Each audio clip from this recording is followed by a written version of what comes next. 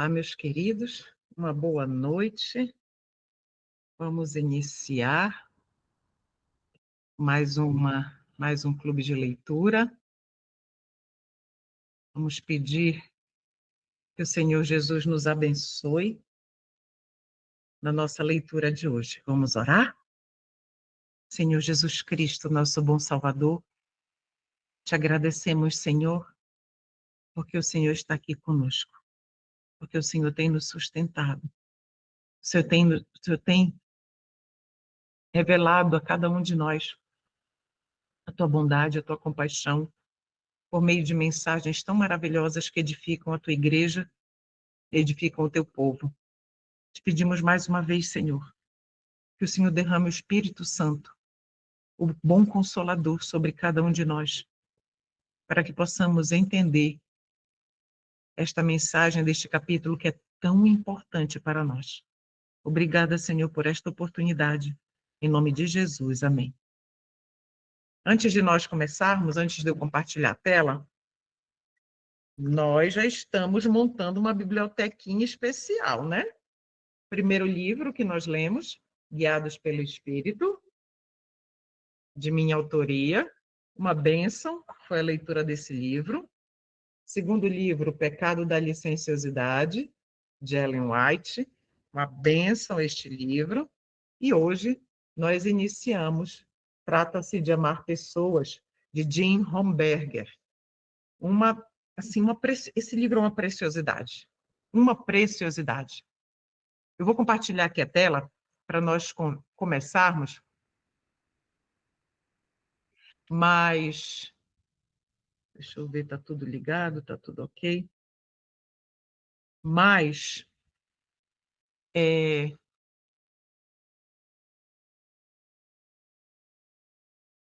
eu queria dizer aos irmãos que a mensagem que este primeiro capítulo nos traz é extremamente impactante. Extremamente impactante. Então, o primeiro capítulo do livro tem como título o próprio título do livro. Trata-se de amar pessoas. E na introdução, o irmão Jim, ele diz, no último parágrafo da introdução, ele diz assim, em resumo, ele faz uma introdução, com certeza você já deve ter, ou você já tem o livro, ou você já adquiriu o livro, ou você ainda está aguardando ele chegar. Mas, em resumo, eu já fui perseguidor e perseguido. Olha o que o irmão Jim diz. Já fui perseguidor dentro da igreja e já fui perseguido. Já ofendi e fui ofendido. Portanto, considero-me singularmente qualificado para apresentar a vocês o livro Trata-se de Amar Pessoas. Se houve alguém que precisava da mensagem deste livro, esse alguém era eu, e eu também.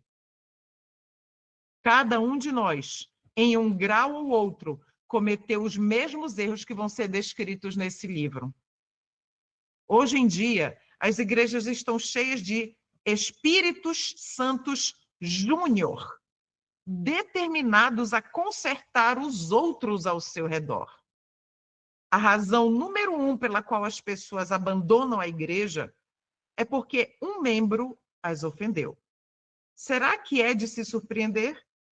Já passou da hora de começarmos a nos fazer algumas perguntas muito difíceis sobre a maneira como nos relacionamos uns com os outros. Porque se não conseguirmos nos dar bem aqui embaixo na Terra, com aqueles que chamamos irmãos e irmãs, não nos daremos bem lá em cima no céu. Se algo não mudar nas igrejas e em nossa vida, toda essa discussão se tornará supérflua, pois nunca veremos o reino, nem teremos chance de nos darmos bem com ninguém. Esse é o último parágrafo da apresentação, isso foi escrito pelo irmão Jim Homberger, é o prefácio, perdão. É o último parágrafo do prefácio. Então, nesse primeiro capítulo, queridos, eu não omiti nenhum parágrafo. Nós vamos ler o primeiro parágrafo na íntegra. Se você tiver depois algum compromisso e precisar sair aqui da live, não tem problema. Pause, saia, depois assista, mas não deixe de assistir a gravação. Porque se você ainda não tem o livro. Porque o conteúdo deste primeiro capítulo ele é fundamental. O irmão Jim ele começa dando um cenário de onde ele estava, o que ele estava fazendo, como os pensamentos dele, o Senhor dirigiu os pensamentos dele para o conteúdo deste capítulo. Tudo bem? Então vamos lá, vamos iniciar. Ele começa com o verso de Lucas 9, 55 e 56, que diz assim: voltando-se, porém, repreendeu-os e disse: vós não sabeis de que espírito sois, porque o Filho do Homem não veio para destruir as almas dos homens, mas para salvá-las. Se Cristo veio para fazer isso, e os cristãos, que são os pequenos cristos, os representantes do Senhor Jesus Cristo aqui na Terra, seria uma missão inferior a essa? Não, a mesma missão. Mas esse versículo aqui vai ser melhor contextualizado mais para diante neste capítulo.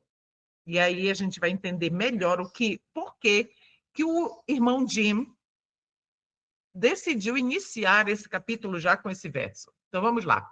O irmão Jim começa narrando o seguinte: acordei perto da meia-noite, sentindo a presença de alguém no meu quarto. Bem acordado agora, ouço os sons de nossa casa no campo, pois ela também parece estar descansando das atividades do dia. A lua cheia paira majestosa sobre o Parque Nacional Glacier, indo em direção ao oeste para se pôr além das montanhas Whitefish. O silêncio é tão denso que quase consigo tocá-lo, com exceção de um uivo distante de um coiote perturbando o ambiente tranquilo que tanto amo. Então, irmão Jim, se você não teve a oportunidade de ler o livro Fuga para Deus, que foi há uns anos publicado pela Casa Publicadora Brasileira, mas saiu, a CPB não está mais publicando os livros os livros do irmão Jim, mas o Ministério Lembra-te está. Então, tem o livro Escape para Deus. Se você ainda não teve a oportunidade de ler o livro Escape para Deus, que é o Fuga para Deus, leia, compre, vale a pena. Foi este livro que convenceu o meu esposo a nós nos mudarmos para o campo. Entende? Ele está fazendo assim ali, não aguento. Então, vamos lá. Então, aqui ele morava exatamente nas montanhas Whitefish, em Montana, no estado de Montana, nos Estados Unidos. Então, eles moravam na montanha mesmo, isolado, quando vinha o inverno, aquele invernão pesado mesmo. Então, vamos lá. O luar, através das janelas, ilumina meu quarto e dá ao ambiente familiar uma aparência etérea, surreal. Mas os mistérios da terra dos sonhos não me atraem. Nenhum visitante, e olha aí, com V, nenhum visitante aguardando. Não, perdão, li errado. Tenho um visitante aguardando minha companhia. Sento-me, tentando não perturbar minha esposa adormecida, e volto minha atenção para a minha audiência com o Rei dos Reis Queridos. Isso daqui não é nada espiritualista, tá? Isso ele está narrando, na verdade, o sentimento que ele tem quando ele vai fazer o devocional dele na madrugada, encontrar com Jesus, o visitante, com V maiúsculo, entende? Eu estava meditando recentemente sobre o Calvário. Não era a primeira vez. Por anos, eu ansiava por entendê-lo mais completamente, por vivenciá-lo mais profundamente, e eu estava orando há muitos meses para que Deus revelasse os mistérios do Calvário mais completamente para mim. Agora eu senti a presença de Deus comigo. Não era nada que eu pudesse ver ou ouvir. Era um senso da presença de Deus. Eu tenho orado por isso. Tenho pedido ao Senhor para que Ele me dê o senso da presença dEle. E Ele havia escolhido aquele momento em particular para me dar um vislumbre mais profundo do Calvário. Um panorama se abriu diante dos olhos da minha mente. E eu estava lá naquelas cenas. Eu podia ver tudo. E aquilo que Deus me mostrou naquela noite, eu agora compartilho com você. Então, não é que ele teve uma visão e ele viu. Ele teve o entendimento. O Senhor Deus deu a ele o entendimento. Queridos, quando nós oramos ao Senhor por entendimento, uma, duas, e nós persistimos na oração, Ele descortina tudo diante de nós. Todos esses estudos que tem no meu canal, que eu conduzi nas diferentes playlists, todos eles, sem exceção, são resultado dos meus devocionais pessoais. Esses encontros semelhantes a esses, esse que o irmão Jim estava teve, melhor dizendo, com o Senhor, em que o Senhor ampliou a visão dele do Calvário.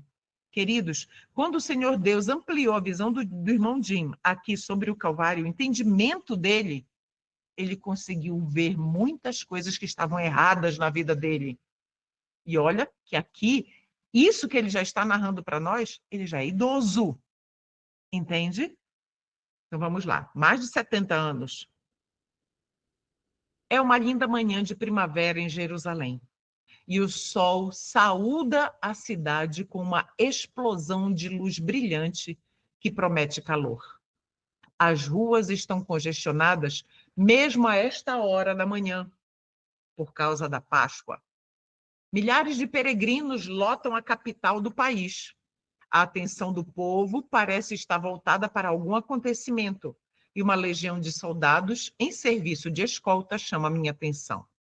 Eles estão levando 3 prisioneiros para execução, abrindo caminho lentamente através da hostil multidão.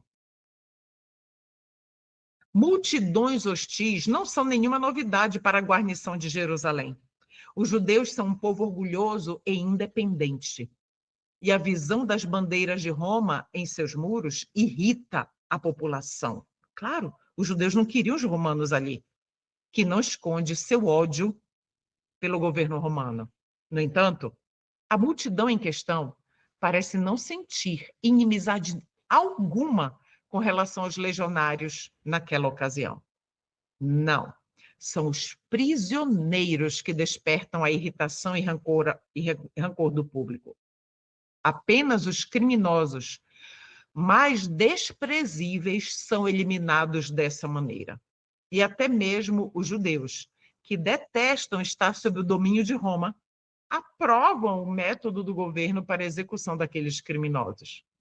A multidão envia insultos e saliva na direção dos homens condenados.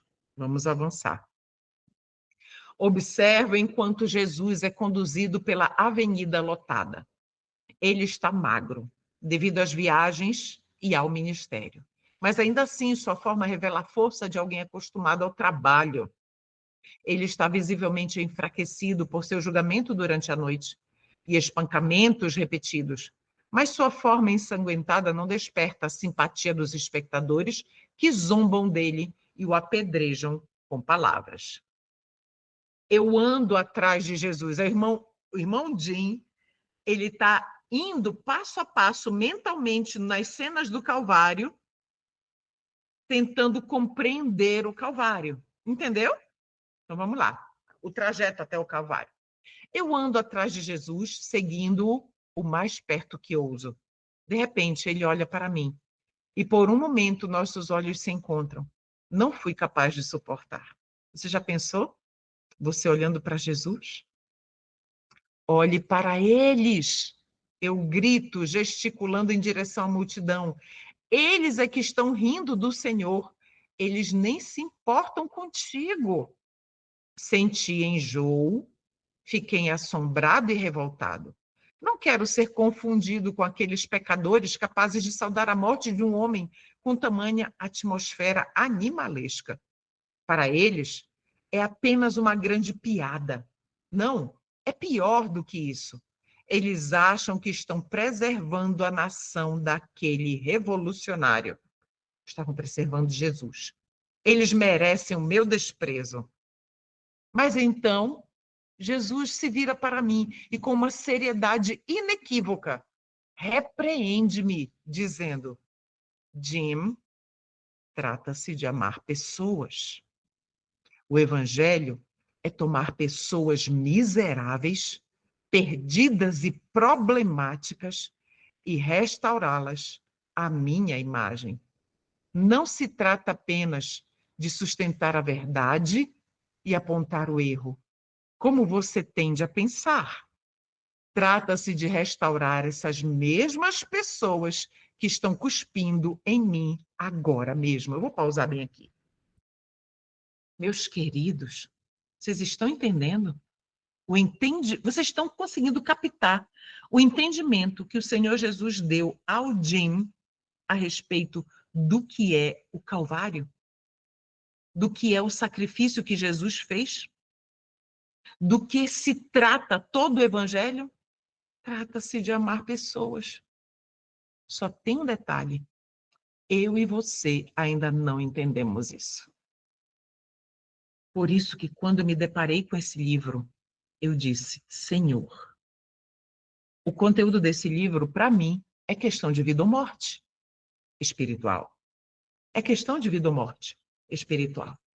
Nós não podemos, queridos, negligenciar a mensagem do verdadeiro evangelho, que é pegar pessoas miseráveis, que é atrair pessoas que são miseráveis, perdidas e problemáticas e restaurá-las à imagem de Cristo. Já pensou nisso? Ali, no silêncio do meu quarto, enquanto as cenas do Calvário desapareciam da minha vista, olha, ele estava pensando no Calvário. O irmão Jim, Jesus me fez 4 perguntas lá nos recessos da minha mente. Os ecos desse encontro, o encontro de Jim com Jesus, ali no trajeto para o Calvário, perduraram ao longo dos anos. E seu impacto na minha vida, no meu ministério e no meu relacionamento com os outros foi se aprofundando continuamente à medida que fui percebendo o amor que Cristo tinha por mim, por todos nós, e quão abaixo do seu padrão está o nosso fraco, débil amor pelos outros. Nós não sabemos amar as pessoas. Ainda não. Mas podemos aprender. O objetivo desse livro, assim como todos os que nós lemos, é nos confrontar conosco mesmo. Em cada exemplo, em cada situação que nós vamos ler, você precisa se colocar nela. Não pense nos outros. Não pense, fulano poderia estar lendo esse livro, essa mensagem é exatamente para fulano. Não, não é para ele, é para você, é para mim, não é? Mas aqui nesse parágrafo que nós estamos lendo, Jesus fez 4 perguntas para o Jim.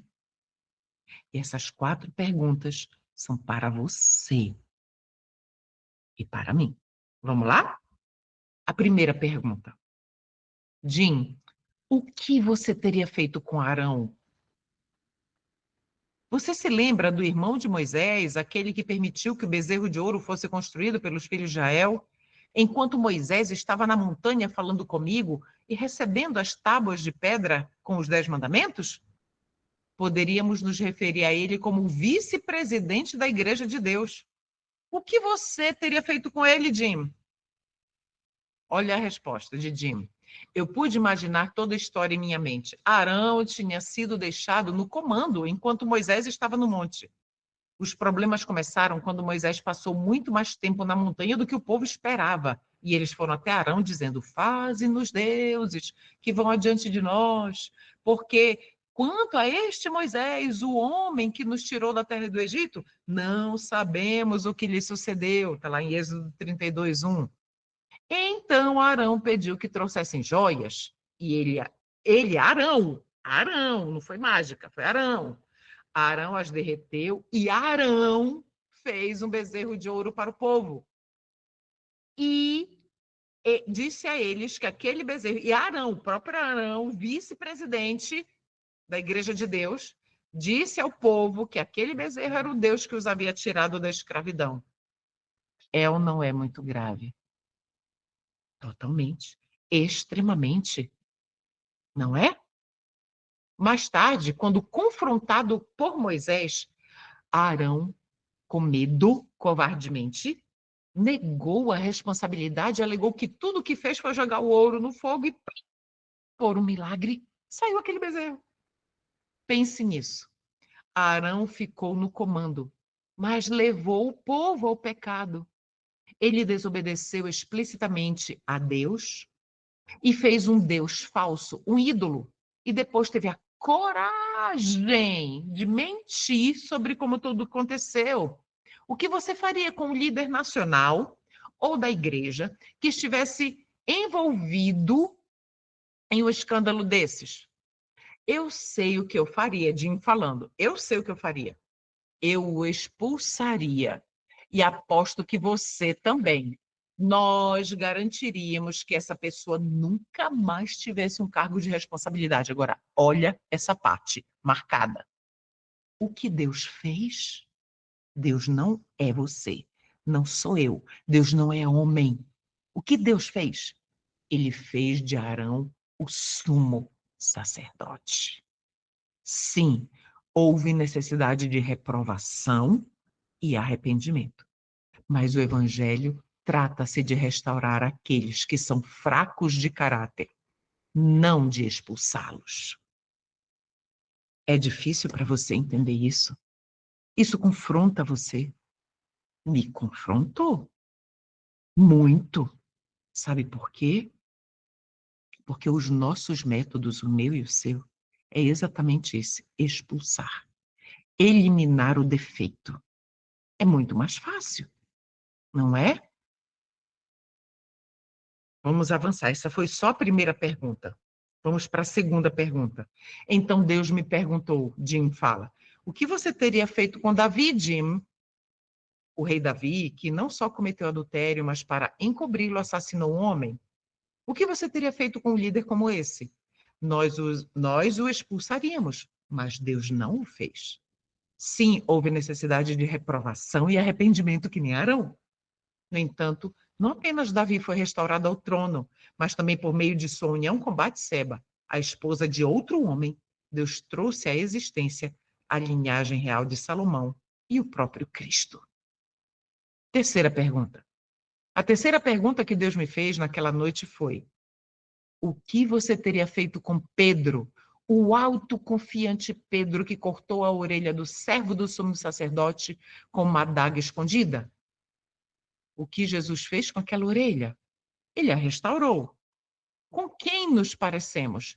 Somos como Pedro, cortando orelhas, ou como Cristo, curvando-se para tomar a orelha e restaurar o que foi ferido? Pedro não apenas cortou a orelha do servo naquela noite, como negou seu Senhor 3 vezes. O que você teria feito com Pedro? Eu teria dito, Jim falando, não há nada que possamos fazer com um sujeito como esse. Não há esperança para alguém assim. Expulsai-o. Esses somos nós. O que Jesus fez com Pedro? Lançou seu olhar sobre ele e isso quebrantou-lhe o coração.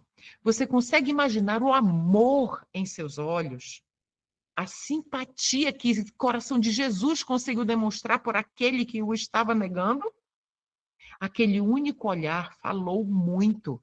Ele disse: Pedro, Pedro, você está confiando em si mesmo. Largue tudo e entregue-se a mim. Eu quero você, Pedro. Dá-me seu coração. Esse é o Evangelho de Jesus Cristo. Seu Evangelho busca a restauração dos errantes. não só de alguns errantes, mas de todos os errantes. Vamos para a quarta pergunta e última. O Senhor continuou falando assim com Jim. Jim, o que você teria feito com Saulo antes que ele se tornasse Paulo? Eu estava começando a entender o que o Senhor queria que eu visse, mas isso era demais. Senhor, eu disse, Saulo foi o pior perseguidor do seu povo naqueles dias. Ele tornou a vida dos cristãos miserável. Certamente eu não deveria tentar restaurar alguém como ele. Ou deveria? O que faríamos com Saulo? Não gosto nem de pensar nisso, mas Cristo tomou Saulo e o transformou em Paulo, o maior evangelista que o mundo já viu. E eu já vou dar um spoiler. Esse vai ser o nosso próximo livro sobre Paulo. Vamos lá. O evangelho trata-se de tomar esse tipo de pessoa que nós lemos nas 4 perguntas: Arão, Davi, Pedro, Saulo. O evangelho trata-se de tomar esse tipo de pessoa, transformá-la e usá-la para alcançar o mundo com o mesmo evangelho que alcançou e mudou sua própria vida. Parece que nós, como povo, perdemos esse objetivo de vista, mas o evangelho é muito mais do que um sistema de verdades. Grava isso. Queridos, o evangelho não é apenas um sistema de verdades. É muito mais. É muito mais do que opor-se ao erro. Ou mesmo, é muito mais do que qual igreja você frequenta. Trata-se da redenção. Então, o que é o evangelho? A redenção daqueles que não veem do nosso jeito ou que são antagônicos, ou seja, que fazem oposição às nossas verdades, que fazem oposição à nossa igreja, que fazem oposição ao nosso estilo de vida. O evangelho é muito mais do que tudo isso. Temos o verdadeiro evangelho, amigo? Jim pergunta. O que você está fazendo com aqueles que não veem as coisas da mesma forma que você? Analise você agora. O que você está fazendo com as pessoas que não veem as coisas da mesma forma que você vê? E aqueles com quem você diverge na sua própria igreja, em outros ministérios ou instituições? O que você está fazendo com aqueles que não concordam com você? Qual é a sua atitude em relação a eles? Eu sei que você sabe disso. Há uma tendência em nosso coração e em nossa vida de simplesmente descartar essas pessoas, jogá-los no lixo, deixá-los de fora, ignorá-los, excluí-los. Mas será que essas atitudes que nós estamos lendo aqui são o evangelho? Você está envolvido em atividades de destruir e descartar os outros? Essas atitudes e atividades não têm nada a ver com o evangelho. Em Romanos 10:1, Paulo diz assim: Irmãos, o desejo do meu coração e a minha oração a Deus por Israel é que eles sejam salvos. Essa foi a oração de Paulo. Paulo escreveu isso depois de ter sido espancado, apedrejado, chicoteado e jogado na prisão por seus próprios irmãos. E ainda assim ele mostrou uma atitude de amor para com seus inimigos. Seu único desejo era que eles pudessem ser salvos. Paulo entendia e entendeu o evangelho. Paulo entendeu plenamente. Ele não considerava o caso deles sem esperança, apesar da conduta deles para com Paulo. Entende? Paulo não desistia das almas. Paulo não falava, não tem mais jeito. Sabe? Ouça as palavras de outra autora sobre este assunto. Jean escreve assim, mas a gente sabe que é Ellen White. Não pode haver evidência mais conclusiva de que possuímos o espírito de Satanás do que a disposição de ferir e destruir aqueles que não apreciam nossa obra ou procedem em contrário as nossas ideias, o desejado de todas as nações. Então, quando é que nós temos o espírito de Satanás? Quando nós desejamos ferir e destruir, eliminar aqueles que se opõem à nossa obra, que são contrários às nossas ideias. Esse é o espírito de Satanás. Se nossa atitude é destruir aqueles que não concordam conosco, estejam eles na igreja ou em algum outro ministério, possuímos o espírito do diabo. São fortes palavras? Elas não são minhas, elas são o próprio testemunho de Deus. Vejo essa atitude manifestada hoje. Vejo isso na Igreja de Deus. Membros e líderes a promovem. Ela também é prevalente fora da estrutura organizada, em ministérios independentes. Ela permeia instituições. E isso me deixa aterrorizado. Ela me assusta porque não tem nada a ver com o Evangelho do Senhor, do Salvador, Jesus Cristo. Não tem nada a ver com o Evangelho que salva. Entende? Sei que há aqueles fora da igreja organizada que atacam a igreja. E a igreja responde. E os ataca na mesma moeda, tornando impossível tentar desvendar quem deve ser responsabilizado em toda a situação. Mas o grave, olha essa parte marcada de vermelhinho aí. Mas o grave de tudo isso é que todos estão deixando de compreender o que mais importa e, incidentalmente, perdendo o evangelho também. Muito melhor nos é sofrer sobre falsa acusação, olha só, do que nos infligirmos a nós mesmos a tortura da desforra sobre os nossos inimigos. É o Senhor dizendo isso no maior discurso de Cristo, por meio de sua serva. Queridos, a desforra, ou seja, a vingança, devolver, perdão, na mesma moeda para os nossos inimigos, é chamado de tortura pelo Senhor. E o Senhor diz que é melhor nós sofrermos sob falsa acusação. Você já foi falsamente acusado? Já foi falsamente acusado? Eu já. Mais de uma vez. E não é fácil. Não é fácil. Mas o tempo passa e o Senhor vai colocando todas as coisas no devido. Tudo, tudo, tudo vai se ajustando se nós estivermos caminhando em submissão a Cristo. Então, muito melhor, diz o Senhor, nos é sofrer sob falsa acusação.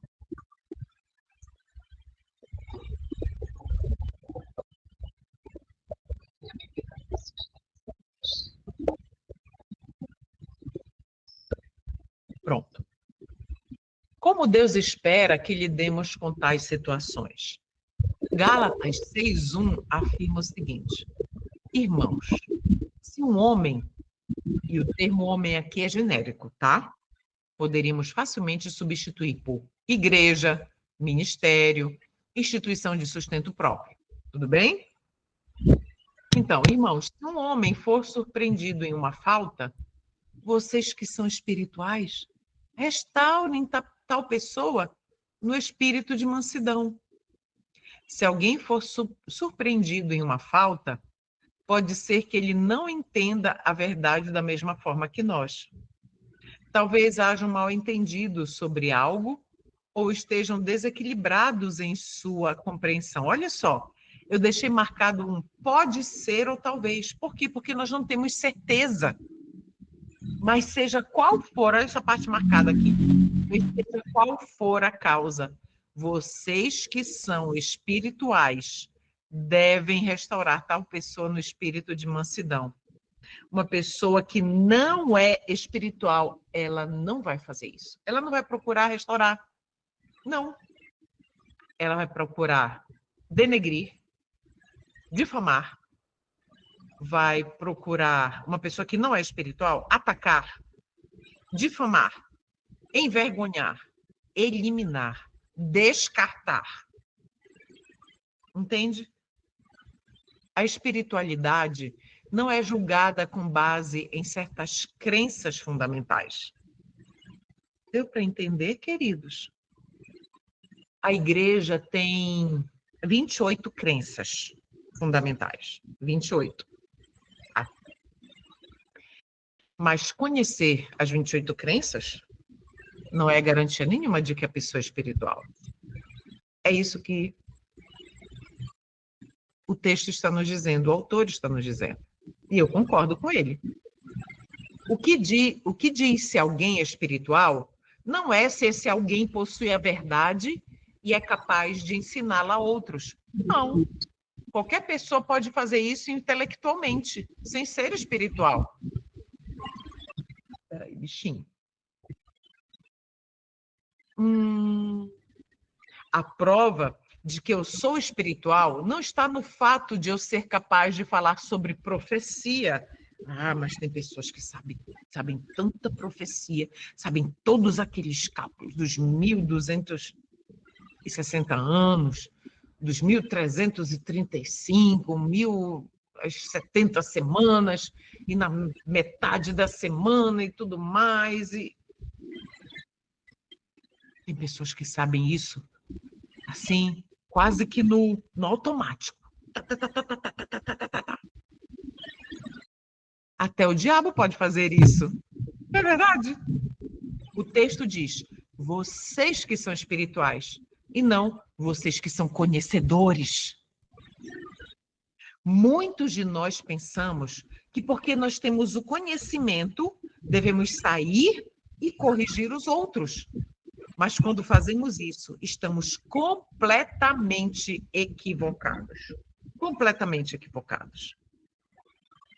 Ser espiritual significa que alguém está sob o controle do Espírito de Deus, que sua vida é conduzida sob a orientação de Deus por meio de um relacionamento vivo e vibrante, momento a momento com Ele. Isso é uma vida espiritual.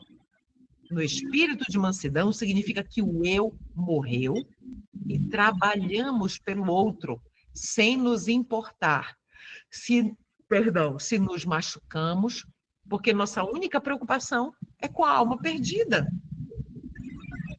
Há muito entusiasmo na Igreja de Deus para trabalhar para Ele, mas muitas vezes é o tipo de entusiasmo sobre o qual Paulo falou em Romanos 10:2. Que entusiasmo é esse? Porque lhes dou testemunho de que tem zelo por Deus, mas não com entendimento. Entende? Conhecem muito, mas não têm a sabedoria. Paulo certamente estava qualificado para reconhecer o falso zelo. Ele esteve perseguindo aqueles que não viam as coisas do jeito que ele via. Paulo conhecia pessoalmente o zelo equivocado e desequilibrado. Vejo muito disso por aí hoje, com indivíduos bem intencionados, tentando corrigir outras pessoas, outras igrejas e outras instituições, tudo em nome da verdade. Queridos, é por isso que quando nós vamos pregar determinada mensagem, nós não devemos falar ou ensinar ou expor de tal modo que a gente coloque as pessoas contra a parede, sabe? E elas se sintam acuadas. Por que eu estou dizendo isso? Porque eu fiz isso. Eu era Saulo. Eu era Saulo não para perseguir as outras pessoas, mas eu era um fariseu. Sabe? A minha pregação, ela estava toda certa, a mensagem estava certa, mas não era o jeito correto. A abordagem não era aquela. Não era aquilo que Jesus queria de mim. Só que eu não entendia. Eu era Saulo. Uma declaração típica que ouço é o irmão Jim falando: nosso testemunho tem que ser ainda mais direto que o de João Batista. Vocês já ouviram irmãos falando isso? Não, nós temos que pregar, porque nós somos o terceiro Elias, e o nosso testemunho tem que ser mais direto que o de João Batista. Está errado? É isso mesmo. Mas olha a explicação que o irmão Dinho nos dá na sequência. Concordo com a declaração, mas a um problema, e eu concordo com o que ele vai dizer agora. O problema é que não podemos dar a mensagem de João Batista a menos que tenhamos a experiência de João Batista. Entendeu? Não dá. Não é possível. Falei com um homem um dia que era líder de um ministério independente. Ele me disse, muita atenção nesse diálogo agora, queridos. Olha o que o homem, líder do ministério independente, disse. Isso daqui me deu, assim, arrepios. Deus me levantou para dar a mensagem de João Batista. A esposa dele estava junto. E eu me virei para ele e perguntei, posso fazer uma pergunta à sua esposa? Ele concordou, mas olhou para mim de um jeito meio estranho, como se estivesse se perguntando o que Jim Romberger estava aprontando. Senhora, quero lhe fazer uma pergunta honesta. Seu marido vive a experiência de João Batista em casa? A esposa respondeu, não. Então, senhor, aí ele se virou para o líder do Ministério Independente. Então, senhor, Deus não o chamou para dar a mensagem de João Batista. Você teria coragem de dizer isso? Jim teve. Como eu sei disso? Porque nos é dito que João Batista havia alcançado o auge da abnegação. O eu não aparecia na vida de João, mas na vida deste líder de ministério, o eu estava governando o tempo todo. O evangelho não se trata apenas de apontar erros ou mesmo pregar a verdade, mas em restaurar as pessoas ao Salvador. Você não pode restaurar os outros enquanto você mesmo não foi restaurado. Precisamos encontrar esse equilíbrio. Sim, há tempo para defender a verdade e sim, há momentos em que precisamos apontar o erro, mas também há tempo para amar e salvar as pessoas. Estes três devem se misturar, como aconteceu no ministério do nosso Senhor e Salvador Jesus Cristo. Então, o que se misturava no evangelho, no ministério de Jesus, que deve ser o que deve reger a nossa vida? Primeiro, Jesus defendia a verdade? Sim, né? O Senhor Jesus Cristo apontava o erro? Sim. Mas ele amava e estava totalmente envolvido em salvar as pessoas. Os três estavam juntos, esses três aspectos. Esses três devem se misturar, como aconteceu no ministério do nosso Senhor e Salvador Jesus Cristo. Jesus ensinava a verdade. Ele ensinava tão bem que as pessoas diziam, nunca homem algum falou como este homem. Ele apontava o erro, até expulsou os mercadores do templo, mas ele amava as pessoas. Ele passava pelas cidades, curando todas as doenças das pessoas, e ele amava tanto seus inimigos que, enquanto cravavam os pregos nas suas mãos, ele estava orando, Pai, perdoa-lhes, pois não sabem o que fazem. Que atitude de amor nosso Salvador demonstrou. E quão diferente das atitudes demonstradas na próxima história. Estava quase na hora de Jesus morrer. E ele estava a caminho de Jerusalém. Para chegar lá, precisava passar pela aldeia dos samaritanos. Jesus enviou Tiago e João na frente para fazerem reservas, talvez, em uma pousada samaritana. Eles foram em frente e pediram hospedagem para seu mestre, mas seu pedido foi recusado. Os samaritanos responderam com certa arrogância. Não queremos envolvimento com ele, porque ele está a caminho de Jerusalém para a igreja organizada. Tiago e João ficaram furiosos com a recepção que receberam e perguntaram a Jesus, Senhor, faremos descer fogo do céu e os destruiremos? Jesus olhou para eles com tristeza e os repreendeu. Vós não sabeis de que espírito sois. Entende agora o primeiro verso que abriu o capítulo? nós não sabemos e a mão está com as unhas grandes, para destruir os mas para salvá-los. Olha essa parte marcada. Os samaritanos representam o que eu chamo de independentes hoje, os ministérios independentes. Eles acreditavam no Messias vindouro e acreditavam na palavra de Deus, mas estavam separados do corpo organizado. Quando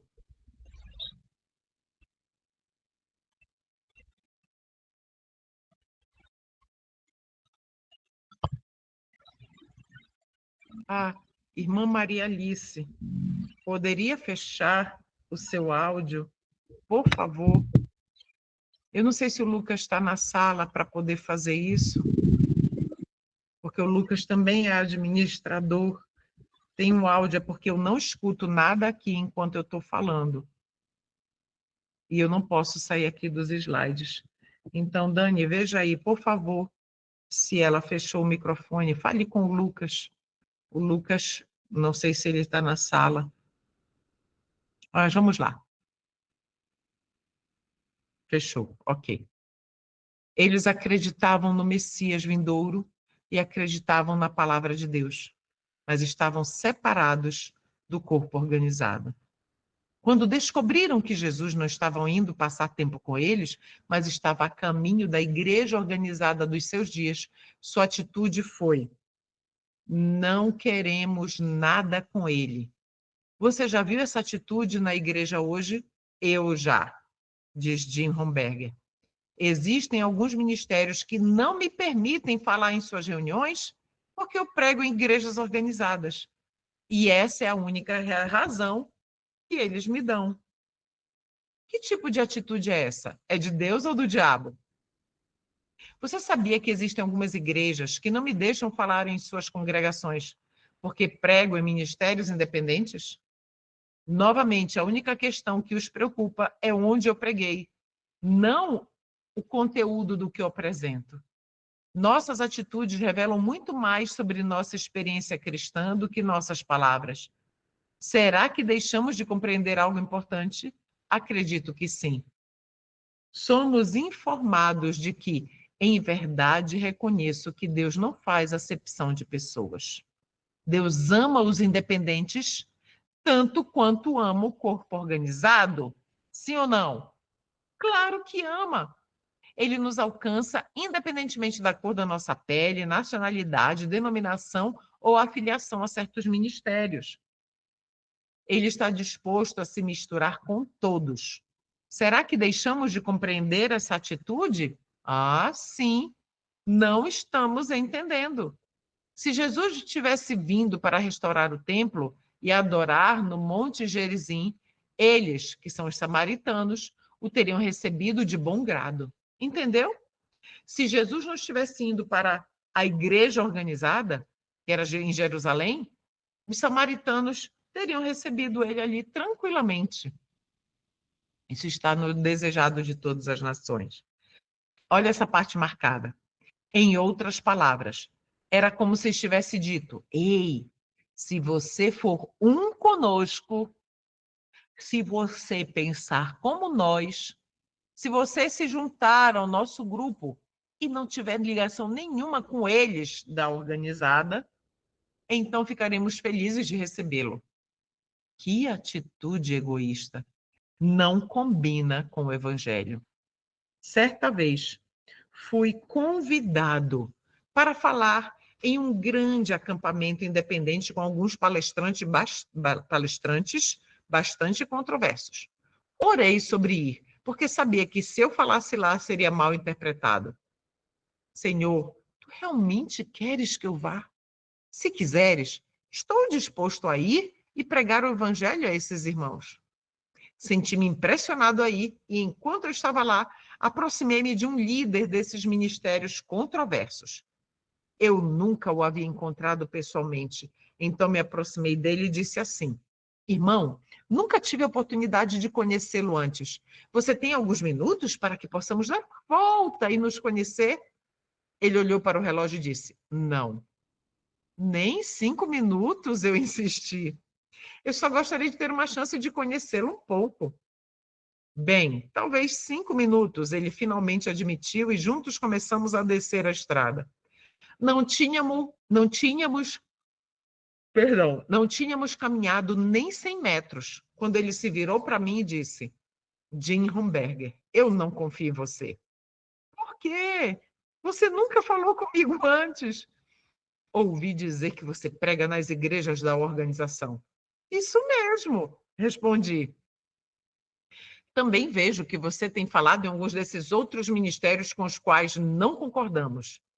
E ele, esse homem, os nomeou. Sim, isso é verdade, comentei. Bem, irmão, você tem um pé lá e outro cá, e é por isso que eu não confio em você. Orei silenciosamente, Senhor, dá-me sabedoria e forças para falar como tu queres que eu fale. Você quer que eu lhe diga porque falo tanto lá quanto cá, como você disse, e porque o Senhor me deu permissão para fazer isso? Ele pareceu duvidoso, mas concordou, porque ambos,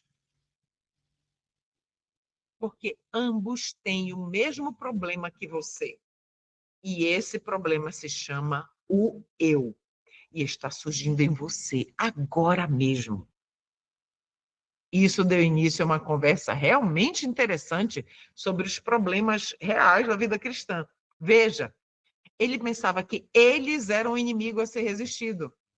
Muitas pessoas sinceras pensam assim. Elas acham que a igreja organizada é o inimigo, ou aqueles ministérios que não concordam com ela, perdão, são o inimigo. Quem é o verdadeiro inimigo? O eu. O seu eu, o meu eu são inimigo. E se não encontramos a vitória sobre o eu, não temos nada que sair por aí atacando outros inimigos. O evangelho que salva preocupa-se com as pessoas, restaurando indivíduos como Arão, Davi, Pedro e Saulo. Nenhum conhecimento da verdade. Atenção aqui. Isso você tira foto. Se você não tem o livro, tira foto. E se você tem o livro, marca aí no teu livro. Nenhum conhecimento da verdade, por mais correto que seja, demonstra que alguém possui o evangelho. Gravou? Não demonstra. Conhecer não é viver. Lembra do outro líder do Ministério Independente que ele perguntou para a esposa, o seu marido, ele vive a mensagem de João Batista no lar? Ela respondeu, não. Entende? Esse homem, lamento dizer, não possui o evangelho do Senhor Jesus Cristo, apesar do fato dele ser um líder ministerial e alguém de quem outros buscavam orientação espiritual. Ele tinha o que eu chamo de intelectualismo. É isso que temos quando fazemos de uma verdade qualquer, de uma verdade, qualquer verdade que seja, a verdade. A única verdade intocável. Tá. Entende? E dessa percepção vem a atitude de qualquer um que se apegue à nossa verdade deve certamente ser uma pessoa iluminada. E aqueles que não se apegam, com certeza são o inimigo. Essa veneração, queridos, é uma adoração de certas verdades. Acima da preocupação com as pessoas, é um erro. Em nenhum lugar das Escrituras isso é ensinado. No entanto, todos nós conhecemos pessoas que estão montando seu cavalo de batalha particular, e se você não enxergar certos assuntos da maneira certa, que obviamente é a maneira delas, que elas consideram como certa, então elas o descartam como um caso perdido. Como Deus se relaciona com tal atitude? Somos informados a respeito disso. Olha só, a própria essência do evangelho é restauração. Essa é a essência do evangelho. Restauração. Grava isso. Está no desejado de todas as nações. E o que é que isso significa? Uma casa que está em perfeitas condições precisa de restauração? Não precisa, não é mesmo? Tudo aquilo que precisa de restauração tem alguns problemas. talvez até muitos problemas. Você precisa de restauração? Eu preciso. Você tem muitos problemas? Eu tenho. Portanto, aqueles a quem Deus nos pede para tentar restaurar, provavelmente não enxergam as coisas da mesma maneira que nós. E está tudo bem, não é? Eles podem não ver a verdade da maneira como nós vemos. Eles provavelmente não conduzem suas famílias da maneira como nós faríamos. O seu estilo de vida também é diferente do nosso. Agora, atenção! Mas será que haveria alguma esperança de restaurá-las se as rejeitássemos porque elas têm defeitos e problemas e não veem as coisas da maneira como nós vemos? Será que isso é motivo suficiente para rejeitar essas pessoas? Esse comportamento de exclusividade, é visto não apenas fora da igreja, entre os independentes, mas dentro da igreja também. Havia um líder da igreja em outro estado que conseguiu fazer com que vários dos meus compromissos de palestra fossem cancelados. E um dia me senti impressionada a telefonar para ele, para tentar desenvolver um diálogo, algum tipo de entendimento entre nós. Eu estava falando com ele por telefone, quando ele imediatamente assumiu a frente na conversa. Jim, vou te dizer logo de cara, a menos que você concorde em não ter absolutamente nada a ver com eles, e ele nomeou eles, que por acaso eram vários ministérios independentes, você não falará nesta associação. Ou seja, qual era a condição para Jim falar na associação? Romper quaisquer ligações com os ministérios independentes. Tudo bem. Se eu não aceitasse essas diretrizes humanas, não de Deus, então eu não teria lugar no ministério. Diretrizes humanas são o que chamamos burocraticamente de decisões partidárias. Perdão, que os menos sofisticados entre nós chamam pelo nome correto, politicagem. E elas não têm lugar no Evangelho e não devem encontrar lugar na Igreja de Deus. Veja, o foco desse ministro estava em suas diretrizes. Na mente desse homem, o que o sistema manda, você deve obedecer. E se não obedecer, você está fora. Essa é a mesma atitude que fez com que Cristo fosse crucificado. Os líderes religiosos, em seus dias, pensaram que certamente era melhor que um homem morresse do que sacrificar a nação inteira. Eu respondi ao pastor, era um pastor, Senhor, eu gostaria de lhe dar uma referência nas Escrituras daquilo que creio. Está em Apocalipse 14:6. Devemos levar o evangelho eterno a toda nação, tribo, língua e povo. Não vejo nenhuma exceção a essa ordem. Se possuirmos o evangelho que realmente é capaz de salvar, não nos recusaremos a levá-lo àqueles que não possuem esse evangelho. Se nossa igreja possui o evangelho que salva as pessoas, não faz sentido que nós, por meio de uma decisão política da igreja, retenhamos esse evangelho daqueles que, por nossa própria definição, não precisam, mas precisam dele. Consegue entender, irmãos, o contrassenso? Quando algum líder religioso proíbe outro de pregar lá naquela associação, primeiro, esse é o espírito de Satanás. Segundo, isso é politicagem. E terceiro, essa pessoa está dizendo, você não pode pregar para aqueles que mais precisam do evangelho. Me disse, não é coisa do diabo. Amigo, esse homem também não tinha o evangelho. Ele tinha em seu lugar politicagem partidária. É uma condição que eu gosto de chamar de igrejismo, é o que a gente chama aqui em casa. É igrejismo. Igrejismo significa que nos alinhamos com o sistema em vez de nos alinharmos com Jesus Cristo. Entendeu? Vamos voltar à história dos samaritanos rejeitando Jesus quando ele desejou se hospedar com eles. Lembre-se de que Tiago e João queriam destruí-los com fogo do céu. Eles eram 2 dos seguidores mais próximos de Jesus e estavam com ele há anos. Certamente sabiam alguma coisa sobre o Evangelho. Eles tinham visto Jesus restaurar a vida dos homens repetidamente, mas queriam destruir aqueles que não viam as coisas do jeito deles. Lembram dos discípulos? Senhor, o Senhor permite que a gente faça fogo descer do céu, porque eles não deixaram o Senhor lá e tal, tal, tal. Olha o espírito deles, tadinhos, não é? Eu encontro essa mesma atitude na igreja hoje, e isso me faz tremer até os ossos. Quando mantemos essa atitude e então, como um corpo de pessoas, oramos pelo derramamento. Olha só o contrassenso. Oramos pelo derramamento do Espírito Santo, que Deus nos livre disso.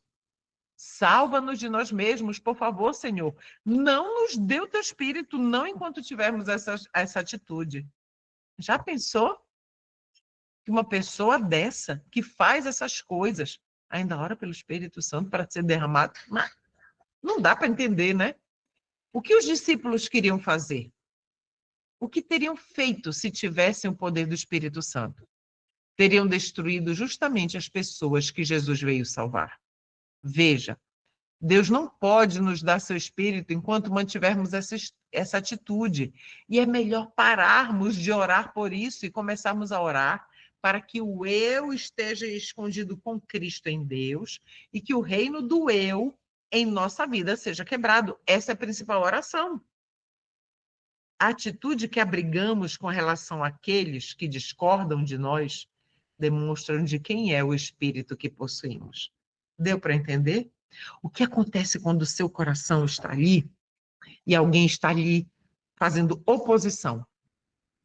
Está indo contra aquilo que você está dizendo, né?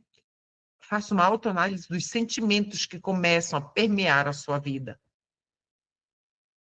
Tiago e João eram cristãos, assim, ó. Mas eles tinham um longo caminho a percorrer para aprender a matar o eu em sua experiência. Nessa história, eles estavam demonstrando o espírito de Satanás. Se você e eu estivermos envolvidos de alguma forma em atividades que manifestam esse tipo de espírito, se temos áudios ou vídeos, boletins informativos ou revistas manifestando esse espírito, devemos nos livrar deles, amigos. Não importa de onde eles vêm. O errado é errado, não importa se vem de dentro da comunidade da igreja ou de fora dela. Errado é sempre errado. Porque pela contemplação somos transformados. Tirem isso da sua casa, fuja dessas coisas o mais depressa que puder, porque senão elas irão corrompê-lo, pois se opõe absolutamente ao evangelho de Cristo. Jesus ficou triste com as palavras de Tiago e João. Ele estava a caminho de morrer por aquelas mesmas pessoas que seus discípulos queriam destruir. O evangelho se destina a alcançar pessoas, não é meramente doutrinas ou um sistema, é alcançar as pessoas pelas quais Cristo morreu. O evangelho serve para restaurar almas perdidas para o reino celestial. Para que serve o evangelho? Para restaurar almas perdidas para o reino celestial. Acredito que nós, como povo, temos um problema. Parece que amamos a organização ou a verdade mais do que amamos as pessoas. Esse espírito de denunciar e destruir uma pessoa, destruir o sistema ou o ministério, não é de Deus. Se quisermos nos qualificar para entrar no reino de Deus ou ser usados por Deus para alcançar outros, é melhor deixarmos que Deus traga algum equilíbrio à nossa abordagem. Equilíbrio. Quando fui apresentar, essa parte é linda. Olha só, essa é uma parte que o irmão Jim Romberger, ele descreve da própria experiência dele com o Evangelho. Olha só. Quando fui apresentado às Escrituras, eu nunca as tinha lido antes e fiquei surpreso. Eu disse, esta é a verdade, isto é luz, isto é algo que eu posso usar para conduzir minha vida. E assim foi. Eu me apaixonei pela palavra de Deus e queria compartilhá-la com todos os outros. Então comecei a compartilhar. Uma das primeiras pessoas que busquei para falar foi minha devota mãe católica romana. Eu estava ansioso e cheio de zelo e disse a ela assim: mãe, você sabia que não precisa rezar para os santos? Olha a abordagem dele. Que não, com católica roxa, né? Você sabia que não precisa rezar horas santos? E mãe, você sabia que o batismo infantil não é ensinado nas escrituras? E mãe, você sabia que estamos lendo a Bíblia errada? E mãe, e mãe, e mãe. Você acha que minha mãe disse: louvado seja o Senhor, meu filho encontrou a verdade? De jeito nenhum. Encontrei resistência. Uma parede de tijolos e uma reserva fria. Pensei, provavelmente eu não expliquei direito. Então voltei algumas semanas depois com mais zelo ainda. E a parede ficou ainda mais alta. Minha família me rejeitou e não quis envolvimento algum com meu novo amor. 4 anos depois, olha só, queridos, 4 anos se passaram.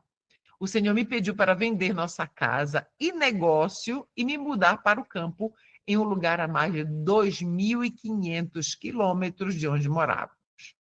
Deus deixou claro para mim que, embora eu tivesse deixado algumas coisas mundanas em minha vida e tivesse algum conhecimento da verdade, eu ainda mantinha a verdade em injustiça. Eu tinha deixado o mundo, adquirido o conhecimento da verdade e encontrado a igreja. Mas Deus teve que me levar para as montanhas para me mostrar que o eu ainda estava governando a minha vida. Depois de 2 anos no campo, Deus me disse: eu quero que você volte para a casa dos seus pais. E eu quero que você fique com eles por 1 semana.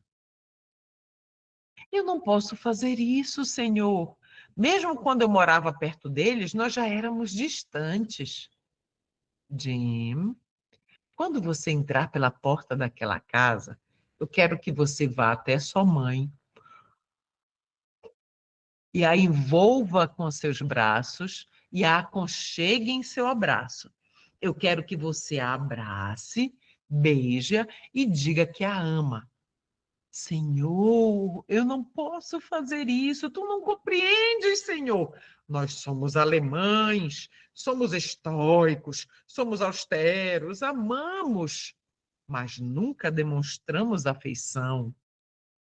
E então, Jim, quero que você vá até seu pai, quero que você coloque seus braços ao redor dele, abrace-o, beije-o e diga que o ama também.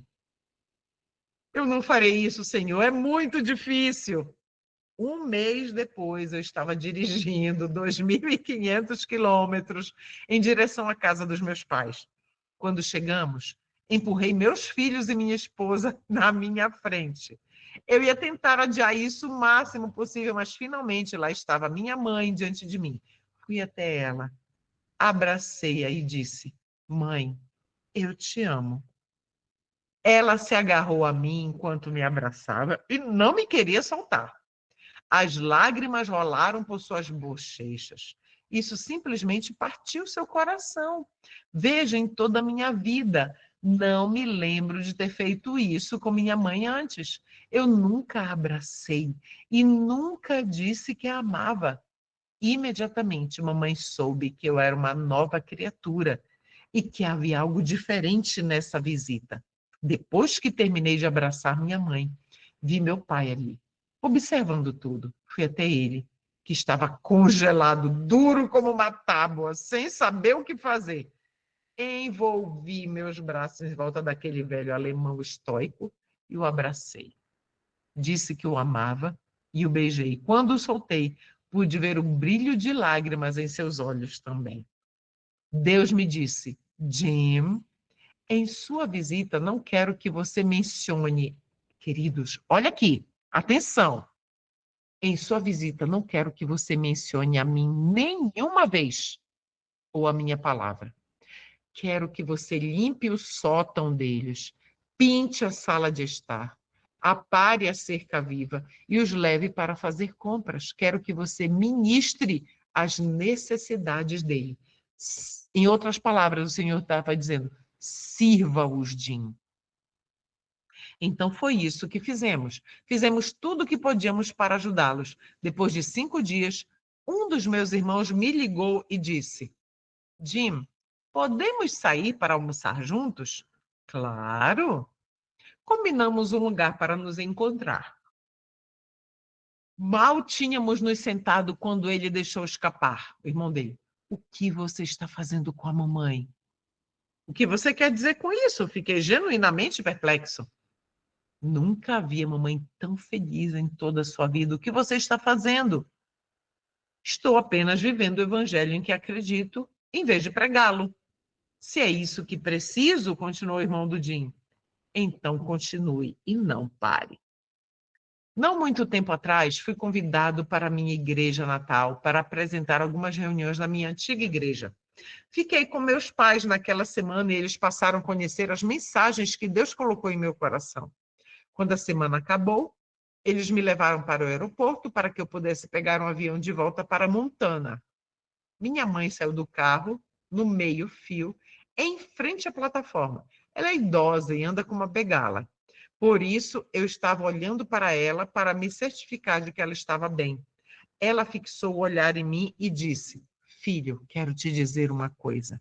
Concordo com tudo que você está fazendo. Você realmente encontrou Jesus. Olha, você não queria ouvir isso? Do seu marido, da sua esposa, dos seus filhos, dos seus pais, dos seus irmãos? O que fez a diferença, amigo? A diferença foi que eu comecei a amar as pessoas, tanto quanto minhas verdades especiais e a Igreja de Deus. E as pessoas perceberam que eu as amava, incondicionalmente. E ao perceberem isso, passaram a desejar o meu evangelho. É somente quando os outros veem que realmente os amamos incondicionalmente e que estamos prontos para servi-los, que o evangelho está verdadeiro, que o evangelho terá verdadeiro poder salvador. Por quê? Porque trata-se de amar pessoas. Simples assim. Trata-se de amar pessoas. Então, meus queridos, você foi impactado como eu fui? Nós não entendemos ainda, queridos. Nós não entendemos.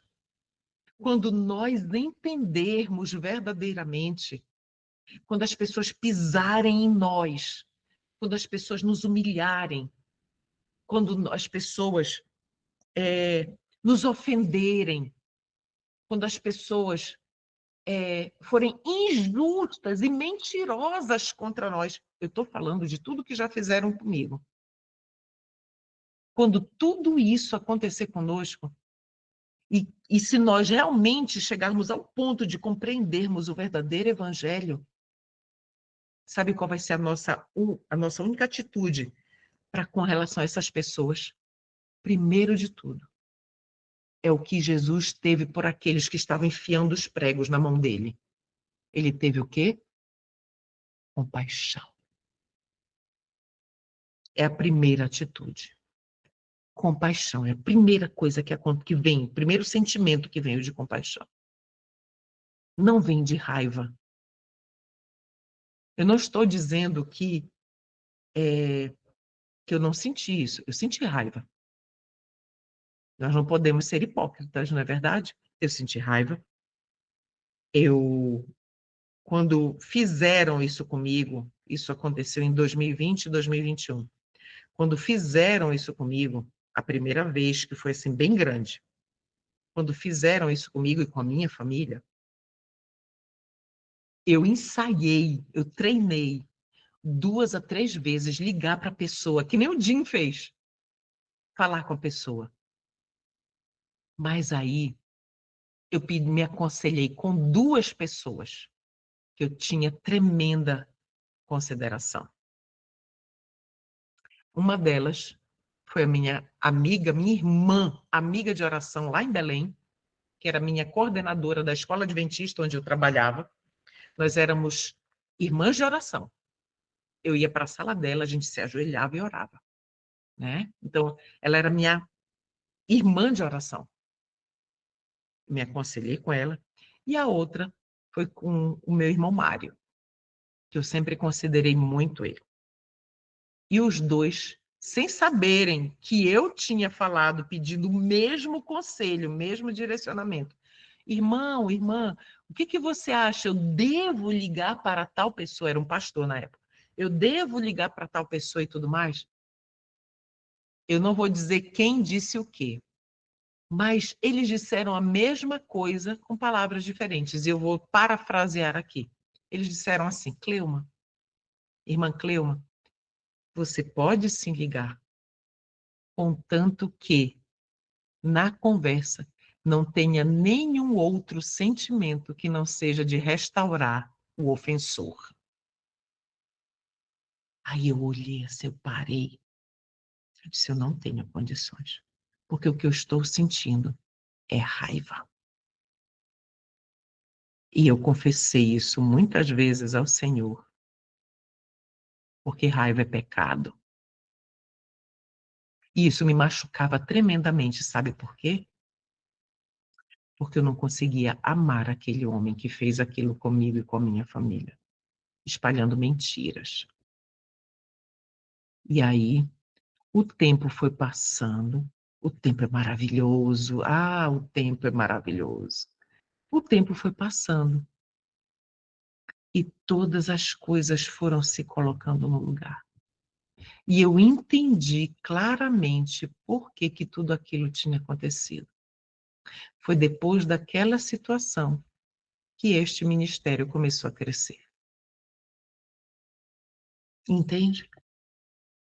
Se você me perguntar hoje qual é o sentimento que eu tenho para ele, por ele e para a família dele, e que eu soube depois, eles tinham uma filhinha na época, eu soube depois que a filhinha dele e da esposa, né, a filhinha deles, estava passando por algumas dificuldades de saúde, e o único sentimento que depois de um ano, isso precisou passar um ano e meio, depois desse tempo, era de misericórdia, porque ele não sabia o que ele estava fazendo. Era Saulo, né?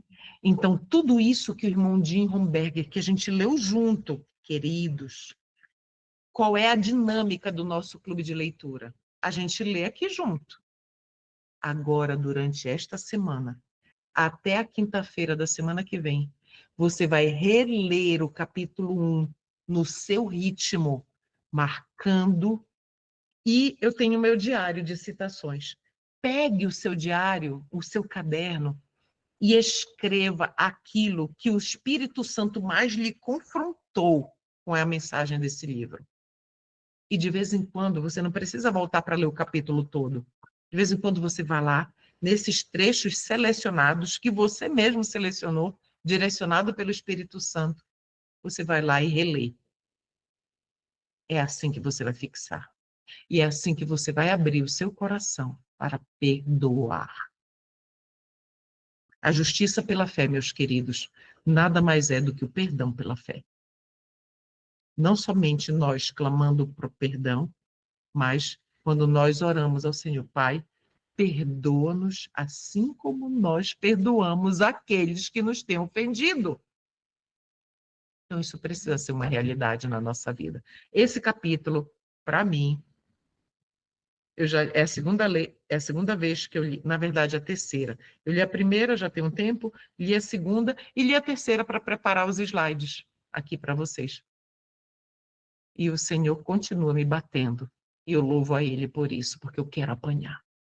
Como eu quero apanhar do Senhor, se assim for necessário para eu herdar o reino dos céus.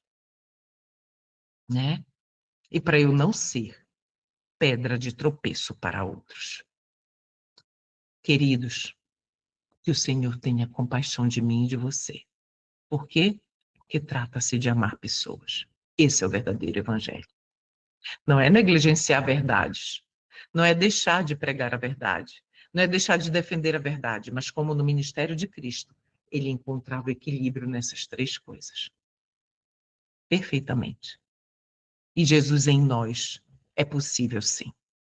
Tudo isso é possível. Vamos orar? Pai Santo, Senhor Jesus Cristo, não somos capazes, Senhor, de perdoar. Não somos capazes, Senhor, de amar pessoas, principalmente aquelas que nos fazem mal, aquelas que nos ofendem, que nos maltratam. Não somos, Senhor, porque o nosso coração é mau e nós somos cheios de justiça própria. Pai, mas diante dos santos anjos, diante dos seres celestiais, estamos aqui clamando ao Senhor, que o Senhor haja conosco como o Senhor agiu com Arão, com Davi, com Pedro e com Saulo. Por favor, Senhor, não desista de nós, porque queremos ser joias preciosas no teu tesouro celestial. Mas também sabemos que o Senhor está nos lapidando como diamantes preciosíssimos. E algumas lasquinhas precisam ser retiradas de nós. Por favor, nos corrija, Pai. E limpa-nos da maldade do nosso coração para que saibamos o que é o verdadeiro evangelho. E o verdadeiro evangelho é a verdade e é a amar pessoas. Obrigada por este capítulo tão maravilhoso, que nos trouxe tão grandes reflexões. E a semana que vem continuaremos. Nos abençoe durante a leitura desta semana. Em nome de Jesus. Amém.